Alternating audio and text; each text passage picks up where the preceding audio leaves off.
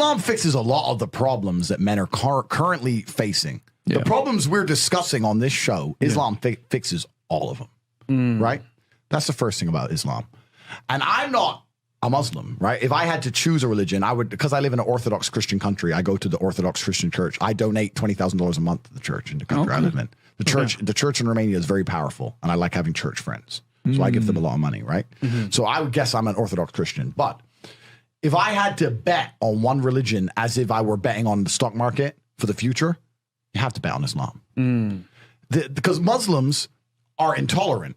And I'm not saying that disrespectfully, because if you're tolerant of everything, then you stand for nothing. Yeah. Facts. Christians are so tolerant now. You don't believe it. They have gay pastors that I'm not even anti-gay, but if the book says don't have, like, what do you believe in now? If you're tolerant of everything, you stand for nothing. I can walk through London with a t-shirt saying Jesus is gay and nothing will happen to me. If I did the same thing with the Islamic prophet, I'd be dead before I got to the end of the street. Boom. That's how much they believe and respect. And I respect people who stick up for what they believe in. Yeah. It's not even about me believing in it. I respect them because they believe and they will defend.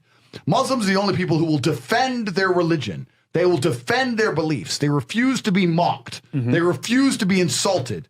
And I respect that about them. I respect that. That's an amazing thing about them, right? And the third point is, and I've been all around the world, some of the best countries in the world today are the first world Muslim nations. Yeah. Qatar, you can go to Qatar, you can fall asleep with $1 million on your lap in the middle of the street. Nothing's going to happen to you. Saudi Arabia as well. You can go to Saudi, nothing will happen to you. You can go to Dubai, UAE, nothing's going to happen to you. They leave their cars parked with the keys inside. It's so safe. Yeah. Wow. Yeah. It's so safe. Women, everyone's married. Every woman obeys her husband. Every single woman has 4, 5, 6 kids. Big families. All the things we're talking about, all the problems we have here, right? They've got none of that. None of it. Because of Islam. Islam keeps society in the role where women obey their man. Women have children. Women have big families. Women are exceptionally happy to do so. Yes. Before some Western girl comes in here and runs her mouth, the Islamic women are happier than any you're going to see in the club tonight. They're very true. They're happy. Society is functioning.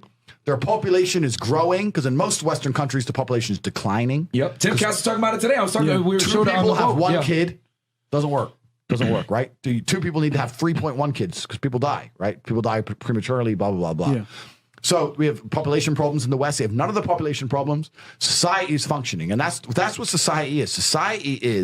Society starts at the smallest possible group. You have families, and families make a street, and that street makes a village, and that village makes a town, that town makes a city, and that city makes a country. So if it's broken at the very fundamental level, if its family level's broken, then it's broken the whole way up. Yep. And that's what's happened in the West. And the first world Islamic countries have none of those problems. So if you're going to talk about a belief system that fixes issues, you need to go to Islam.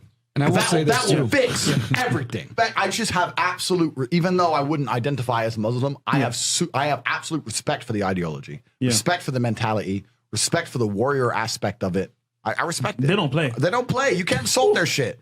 But you can insult the church all day. You can make fun of it. There's a show on Netflix about a gay Jesus. That's a joke, right? Ha, ha, ha. And what do the Christians do? Nothing. Yeah.